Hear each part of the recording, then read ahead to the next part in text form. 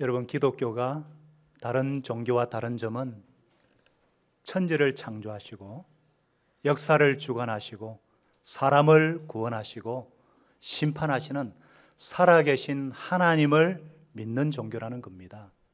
뿐만 아니라 천국, 하나님 나라는 기독교에만 있습니다. 하나님의 말씀인 성경과 예수님의 십자가의 보배 피도 그리고 부활도 기독교에만 있습니다. 그런데 이 모든 것이 내 것이 되고 믿어지는 것은 성령을 받음으로 되는 것입니다. 하나님이 계획하시고 예수님이 실행하시고 완성하신 그 구원을 나의 것으로, 오늘 나의 사건으로 만드는 일을 하시는 분이 성령 하나님이십니다. 위대한 수학자고 과학자고 철학자고 신학자인 파스칼, 한 번은 다 들어보신 이름들이죠. 이 파스칼이 이런 말을 했습니다. 사람이 혼자서 결혼하지 못하는 것처럼 사람은 혼자서 그리스도인이 될 수가 없다. 남녀가 결혼하는 것처럼 성령을 받아야 그리스도인이 될 수가 있다. 성령을 받지 않고는 그 누구도 그리스도인이 될 수가 없습니다. 성령을 받으면 누구든지 예수 그리스도를 주라 신하게 됩니다. 성령을 받으면 기독교의 10,000가지가 넘는 은혜와 축복이 내 것이 되는 거예요. 죄가 무엇인지, 의가 무엇인지, 심판이 무엇인지 알게 됩니다. 진리의 말씀인 성경이 깨달아지고 읽고 싶어지고 송이 꿀처럼 그냥 사모해가지고 막 먹고 싶고 그대로 살아서 복을 누리게 되는 거예요. 뿐만 아니라 진리의 기둥과 터인 이 교회를 사랑하고 교회에 오기를 즐거워하고 예배 드리기를 기뻐하고 교회를 위해서 땀을 흘리고 생명까지도 걸게 돼요. 성령을 받으면 주님의 영광을 위해 살도록 성령님께서 그 마음을 이렇게 붙잡아 주세요. 성령의 사람은 자기를 위해 살 수가 없고 사나 죽으나 주님을 위해 살고 죽는 사람이 되는 거예요. 그래서 성령님께서 훌륭한 남편, 훌륭한 아내, 훌륭한 사업가, 훌륭한 교사, 훌륭한 학생, 훌륭한 사역자가 되도록 도와주십니다. 성령의 세례를 받고 싶으시죠? 이렇게 좋으신 성령님의 충만한 은혜를 얻고 싶으시죠?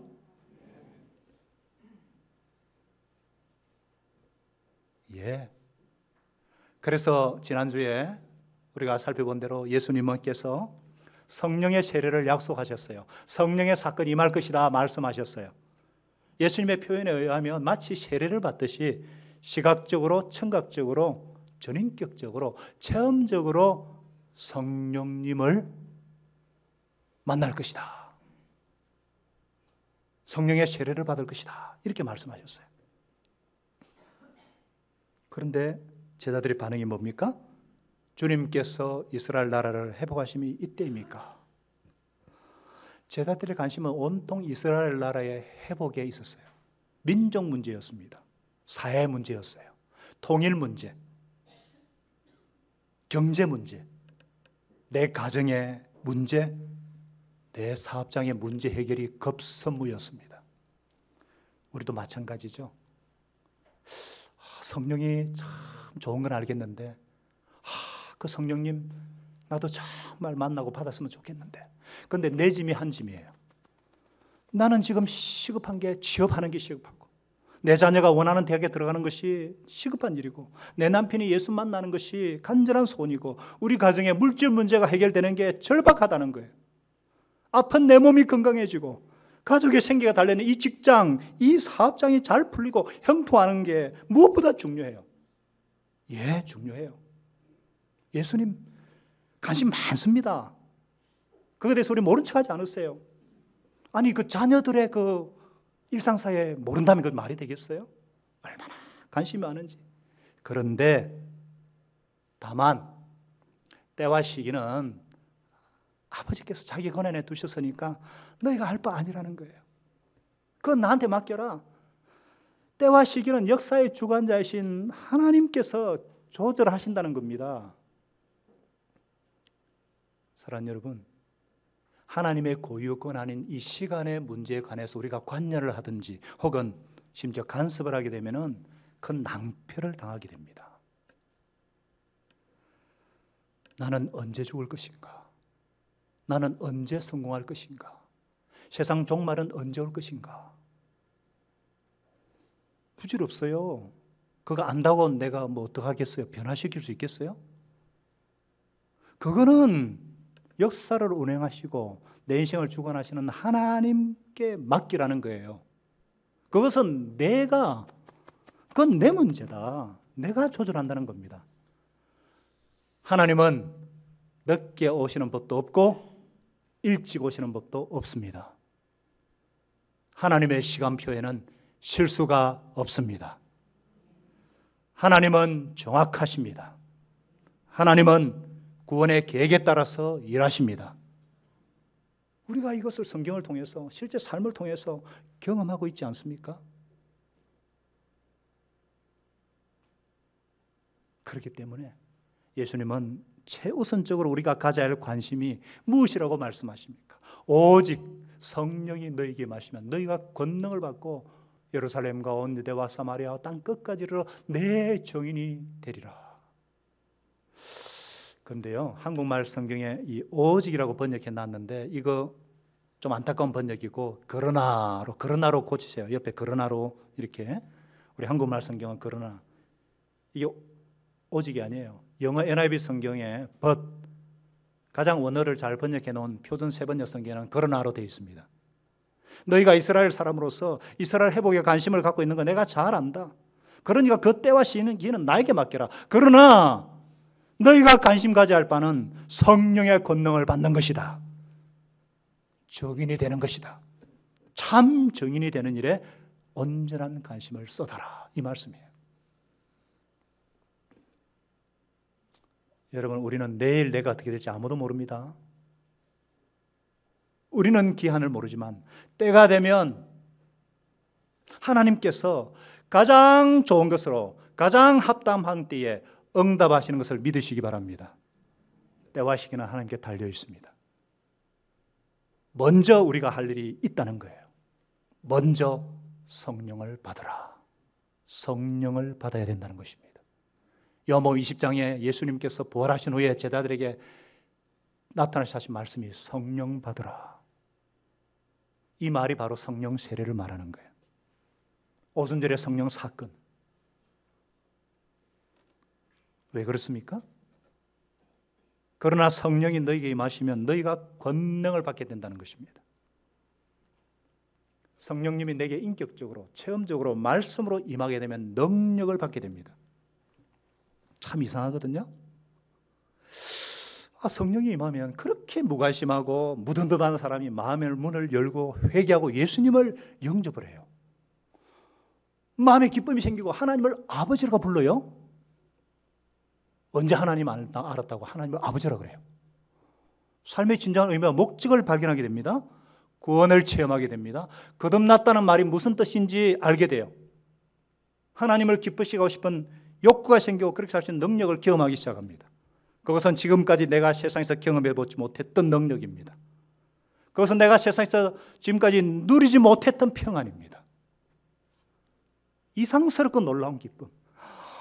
지금까지 경험해보지 못한 완전 다른 종류의 질, 다른 종류의 기쁨이 나를 지배하기 시작합니다.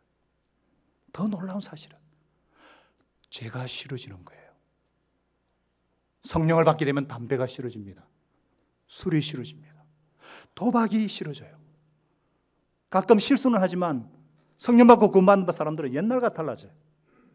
세상 것이 그렇게 좋았는데 이제 그것이 싫어지는 자신을 발견하게 됩니다. 나도 모르게 그냥 찬양이 그냥 흘러나와요. 하루 온종일 흥얼거립니다. 너는 내 아들이라 오늘날 내가 너를 낳았도다. 오예, 너는 내 아들이라 사랑하는 내 아들이. 그냥 성경에 읽는 게 그렇게 즐거운 일인지 예전에 미처 몰랐어요. 기도가 그냥 되는 거예요. 그거 하라고 누가 시켰겠어요?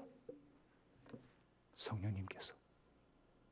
여러분, 내가 어떻게 남을 용서할 수 있어요? 내가 상처 준 사람을 어떻게 내가 그냥 만나면 미워하고 분노하고 싸우려고 했는데 이제는 이상하게 용서가 되는 거예요. 이해가 되고 용납이 되는 거예요. 내가 변하는 거예요.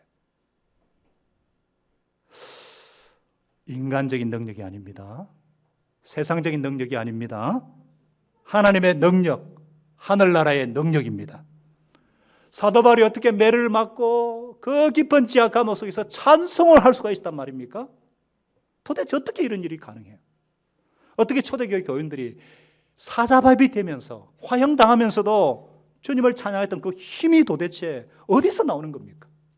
자기 아들을 죽인 그 원수를 용서할 수 있던 사랑의 원자탄 같은 힘이 도대체 무슨 힘입니까?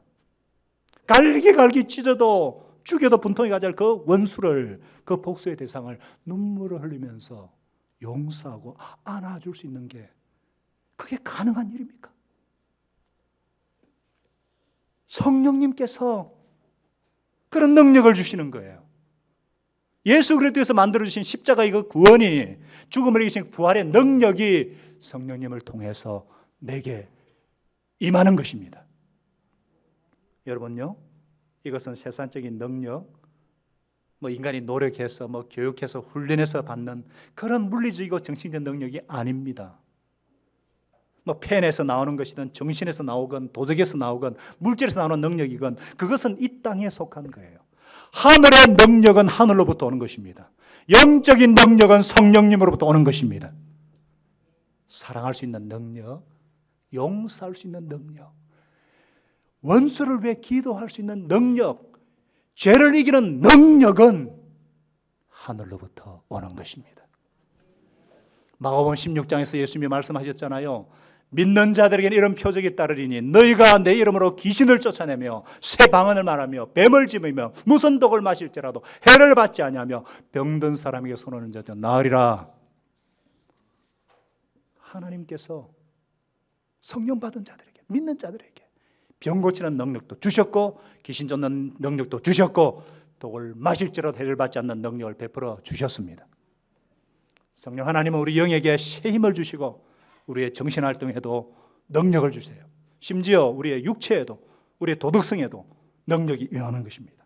그래서 초자연적인 삶을 살게 되는 거예요. 용서할 수 없는 사람이 용서가 되고, 사랑할 수 없는 사람이 사랑이 되고, 끊을 수 없는 악습이 끊어지고, 이기적인 내가 섬김의 기쁨을 알게 되고, 부활의 능력이 내 삶 속에 드러나는 것입니다. 어느 큰 건축회사 사장님이 이런 간증을 했어요. 우리 건축회사는 어떻게 이렇게 커진 이유를 아십니까? 글쎄요, 사장님이 일을 많이 하시고 이렇게 사업에 재능이 있어서 그러시겠죠. 아닙니다. 그게 아니에요. 우리 회사는 성령 받고 회사가 커졌습니다. 성령 받고 회사가 커졌다니요. 그건 무슨 말씀입니까? 우리 회사는 전 직원이 예수님을 인격적으로 영접하고 다 성령 받은 직원들입니다. 그래서 우리는 모이기만 하면 기도합니다. 하나님 앞에 간구해요. 문제가 생겼을 때도 하나님 앞에 간절히 기도합니다. 그리고 믿음을 가지고 한 마음으로 도전합니다. 그래서 다른 회사가 감히 하기 힘든 어려운 일도 우리는 이루어냈습니다. 우리 회사의 성공 비결은 성령님이십니다. 우리 회사의 가장 큰 자산은 성령님이십니다. 여러분, 성령이 임하면 그렇게 되는 것입니다. 성령이 임하면 이런 능력이 주어지는 것입니다. 저는 우리 교회가 이런 능력으로 충만하기를 바랍니다. 하나님이 이런 능력 주심을 믿으시기 바랍니다. 그리고 이런 능력을 체험하기를 원합니다. 언제까지 밋밋하게, 무미건조하게 신앙생활 하는 것도 안 하는 것도 아니고 안 하는 것도 아니고 언제까지 그런 식으로 사시겠어요? 언제까지? 장로로서 하나님 앞에 충성되게 하시고, 권사로서, 집사로서 충성되게 하시고, 목자로서 목장을 능력 있게 섬기게 하시고, 가장으로서 사업장도 능력 있게 내 자녀와 딸이 성령 충만해서 하나님 앞에 충성된 일꾼이 되도록 그렇게 인도하여 주시옵소서. 저와 여러분이 더 다 성령의 충만한 은혜 받으시기를 바랍니다. 우리 가족이 다 한 명도 빠짐없이 다 성령 충만 받아서 행복한 가정 되기를 바랍니다. 내가 속한 목장이, 우리 사업장이, 우리 선교지가 그렇게 되기를 축원합니다. 여러분, 그리스도인은 예수님의 증인이에요.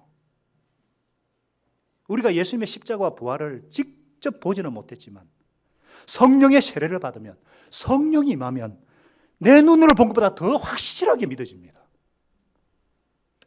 도마가 왜 예수님의 그 손자국과 그 창자국을 만져가지고, 부활하신 예수님이 11번이 나타나는데 하필 또 그때 도마가 없었어. 나는 봐야 믿겠다. 예수님이 또 나타나시고 도마 때문에 창자국을 보고 손가락에 손을 넣고 난 뒤에 나의 주 나의 하나님으로 고백했지만, 예수님께서는 너는 나를 본 거로 믿느냐? 보지 못하고 믿는 자가 복이 있도다. 생명의 말씀에 관해서는 우리가 본 바고 들은 바고 눈으로 손으로 만진 바라고 요한 사도가 그랬습니다. 우리는 확실히 보지 않았지만 더 확실하게 믿습니다. 왜? 2000년 전의 사건인데도 불구하고 성령님께서 임하시면 방금 예수님을 만난 것처럼 그렇게 얘기를 하는 거예요. 여러분요, 여러분이 어떤 다른 것들에 비해 매우 생생하게 기억되는 사건들이 있죠.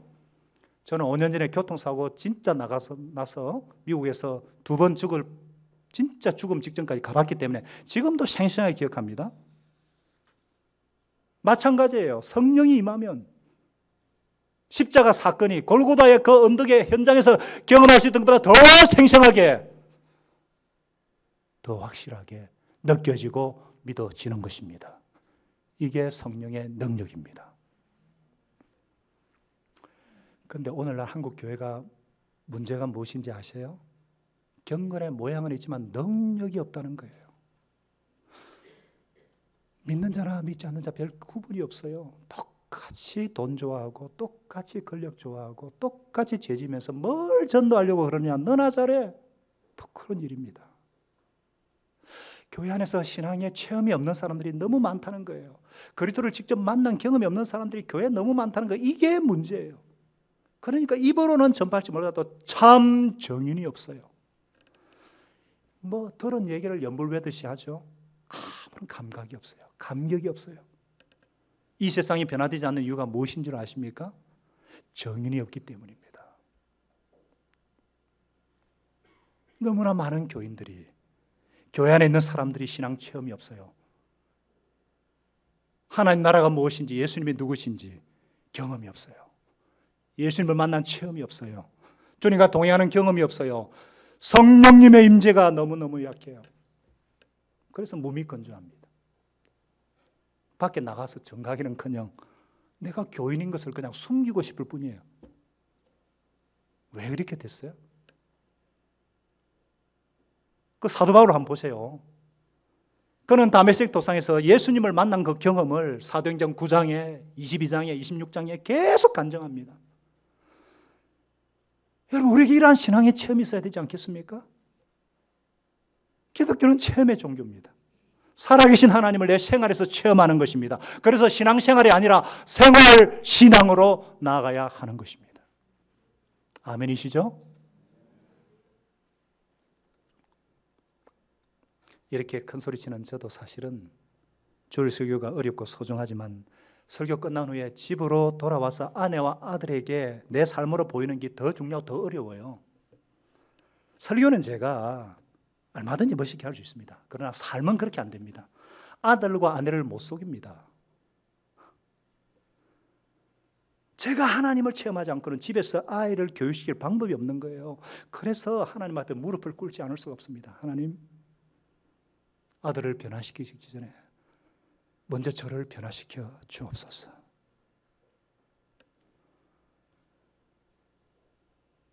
그런데 여러분, 성령이 임하시면, 이미 내 안에 계신 성령, 예수님을 주로 고백할 때 성령님이 내 안에 임하십니다. 함께 하십니다. 그러나 위로부터 다시 한 번 더 성령이 임하면, 충만히 임하면 우리가 능히 십자가와 부활의 증인이 된다는 것입니다. 증인이 되어라가 아니에요. 성경을 잘 보셔요. 증인이 될 것이다, 되게 하겠다, 우리 주님의 의지입니다. 그래서 먼저 성령의 충만한 임재와 은혜를 받으라는 것입니다. 성령이 너에게 임하시면 그 결과 너희가 권능을 받고 그 결과 너희가 증인이 될 것이다. 너희가 참된 증인이 되려면 권능을 받아야 하고, 권능을 받으려면 어떻게 해야 된다고요? 성령님을 체험하는 것입니다. 여러분 모두가 다 성령님을 경험하시기를 축복합니다. 성령의 임재를 맛보시기를 축복합니다. 여러분, 누군가를 억지로 선교사로 보내면 갈까요? 안 갑니다. 못 갑니다. 억지로 목사시키면 할까요? 못 합니다. 제가 이런 줄 알았으면 저 진짜 목사 안 됐을 거예요. 무슨 말인지 모르시네. 나 같은 사람이 어떻게 목사를, 나 다시 태어나면 잘 못하겠어요. 근데 내가 하는 거예요. 듣고 보고 체험했기 때문에 가던 길을 멈추고 그 길을 가는 겁니다. 전하지 않고는 견딜 수 없는 거예요. 그냥 전하고 싶은 거예요. 그냥 예수님을 전가하며 살고 싶은 거예요. 내 학문을 통해서, 내 사업장을 통해서, 내 모든 걸 통해서 예수님을 전가하고 싶은 거예요. 할렐루야. 성령 받은 개인과 성령이 임한 교회와 성령이 없는 교회의 구별은 정인되는 데에 있습니다. 참 정인이십니까? 예수님 만나셨습니까? 아직 안 만나시면 1시에 목양실 오시기 바랍니다. 이미 만나시면 더 충만히 성령 충만 받아야 합니다.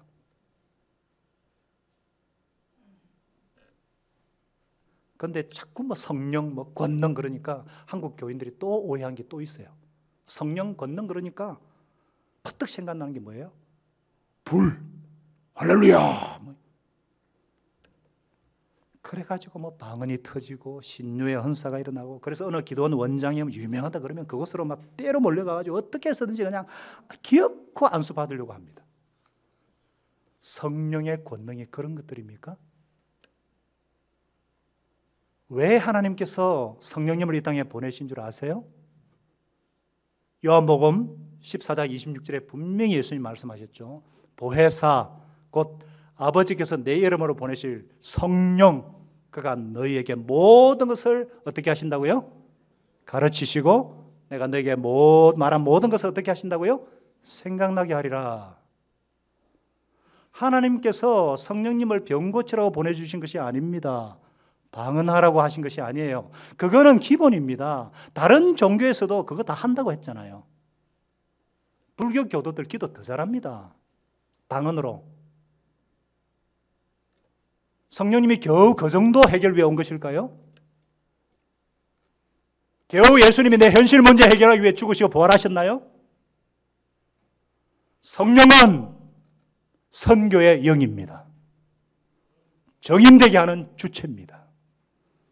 예수님의 복음을, 예수님이 이 땅에서 가르치신 그 진리를 우리가 잘 깨닫도록 하기 위해서, 가르치기 위해서, 예수님이 우리에게 가르치신 그 진리를 다시 한번 생각나게 하기 위해서 성령님께서 오신 것입니다. 모든 족속으로 제자 삼기 위해서, 예수님이 분부한 모든 것을 가르쳐 지키게 하기 위해서, 복음에 정인되기 위해서, 하나님 나라의 일을 더 잘 이해하고 가르치기 위해서 성령님께서 오셨다는 것입니다. 그렇기 때문에 성령의 권능은 무엇입니까? 헬라 원어로 디나미스, 그런데 다이나마이트라는 것입니다. 다이나마이트는 파워는 어떤 것이냐?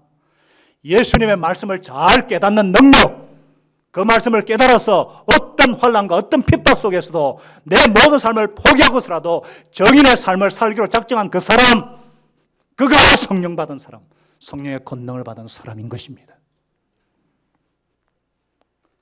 할렐루야. 그래서 모든 민족으로 제사 삼으라는 말씀이 우리가 경험되어지는 거예요. 그 말씀대로 살고 싶은 거예요. 그래서 선교사를 가는 거예요.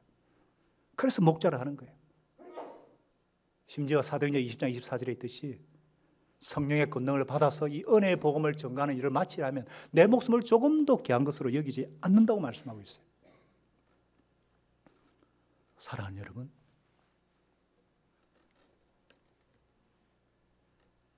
예수님께서 참 정인이 되라고 말씀하고 있습니다.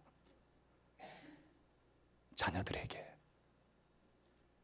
그리고 목장에서, 여러분의 사업장에서, 여러분의 일터에서, 학교에서 나의 참 정인이 되어다오. 그러기 위해서는 먼저 성령의 권능을 받아야 된다. 성령의 세례를, 성령의 충만한 임재를 받아야 된다고 말씀하십니다. 받기를 원하십니까? 그래서 우리가 특별히 새벽 기도를 하는 거예요. 분명히 말씀드리지만 이번 부흥회에 하나님께서 여러분의 기도를 들으시고 인격적으로 말씀을 주실 것입니다. 하늘이 열릴 것을 믿습니다. 하늘의 음성을 들으실 줄로 믿습니다. 하나님의 음성을 들으면 하나님이 너는 내 사랑하는 아들이라, 너는 내 기뻐하는 딸이라, 이 음성을 들으면 세상에 무서울 것이 없고 겁날 것이 없어요. 모든 것을 다 가진 자가 되는 거예요. 그렇지 않겠어요? 모든 것의 우주의 주인 되신 하나님이 나와 함께 하시는다는데 오늘 죽어도 내일 하나님 품에 가는데 뭐가 겁이 나는 거예요? 할렐루야. 그런데 잘 한번 보셔요, 여러분. 예수님께서 예루살렘과 온 유대와 사마리아 땅 끝까지 이르러 내 증인이 되리라. 왜 이렇게 구체적으로 지명을 언급하셨을까? 사도행전의 구조가 물론 그래요. 1장부터 8장까지가 성령께서 예루살렘이 복음이 증거되게 하시고 그 다음부터 온 유대에, 그리고 사도행전 13장부터는요 성령께서 주관하셔서 사마리아와 땅 끝까지 이르러 복음의 증거가 됩니다. 이 말씀은 뭐냐면은 지금 현재 내가 처한 이 세상에서 구체적인 증거의 삶을 오늘부터 살라는 거예요. 세계를 품는 거 좋습니다. 멀리 나가 선교하는 거 우리가 해야 될 일이죠. 그래서 지금까지 16개국에 63명의 우리 선교사님들을 파송해서 우리 교회를 대표해서 파송해가지고 정인의 삶을 살고 있지 않습니까? 매년 20여 분의 선교사님들이 왔다 가십니다. 목장별로 기도와 물질로 후원하고 섬기고 있어요. 좋습니다. 그러나 땅끝도 가야 되지만 예수님은 예루살렘에서부터 이렇게 말씀하세요. 사실 복음 전하기 제일 어려운 것이 예루살렘입니다. 복음의 원수, 복음의 두목이 어디서 죽으셨어요? 예루살렘. 얼마나 전하기 힘들겠어요. 그러나 너가 처한 가정에서부터 남편과 아내를 전도하는 것부터 시작하라는 거예요. 이거 얼마나 어려운지 제가 잘 압니다. 목장마다 믿지 않는 남편으로 인해서 고통받고 기도하는 분들이 많아요. 자녀들에게 복음 전하는 거 어렵습니다. 그러나 우리는 그거부터 해야 됩니다. 왜? 이 가정에서의 증거는 내 삶의 변화가 없이는 안 되기 때문입니다. 내가 성령 충만하지 않으면, 내가 변화되지 않으면 어떻게 그 입으로 되는 게 아니기 때문에. 그래서 정인이 되는 일은 너의 삶을 변화시킴으로부터 시작되어야 한다고 말씀하십니다. 여러분, 언제부터 할까요? 내년부터 할까요? 오늘, 지금부터 하라고 말씀하십니다. 내 주변부터, 내 친구들부터, 내 직장 동료들부터 정인이 되라고 말씀하십니다. 이게 하나님이 원하신다는 것이에요.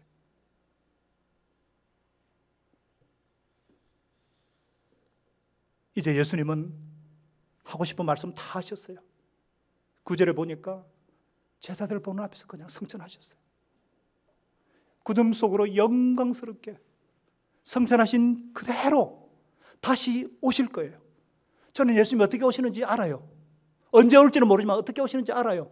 구름 속에 들려진 그대로 다시 오실 것입니다.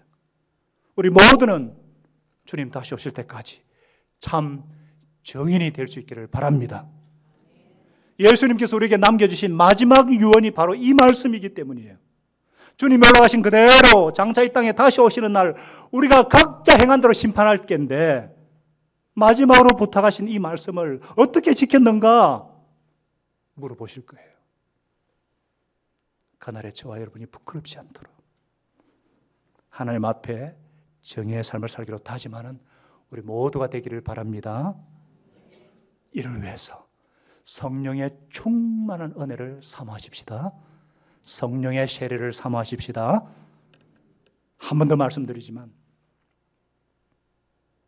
득세부터 부흥에 다 참석하셨어. 하늘이 열리고 성령님의 강력한 임재를 경험하고 하늘의 음성을 듣는 복이 있기를 예수님의 이름으로 축원합니다. 기도하겠습니다. 우리 한번 기도할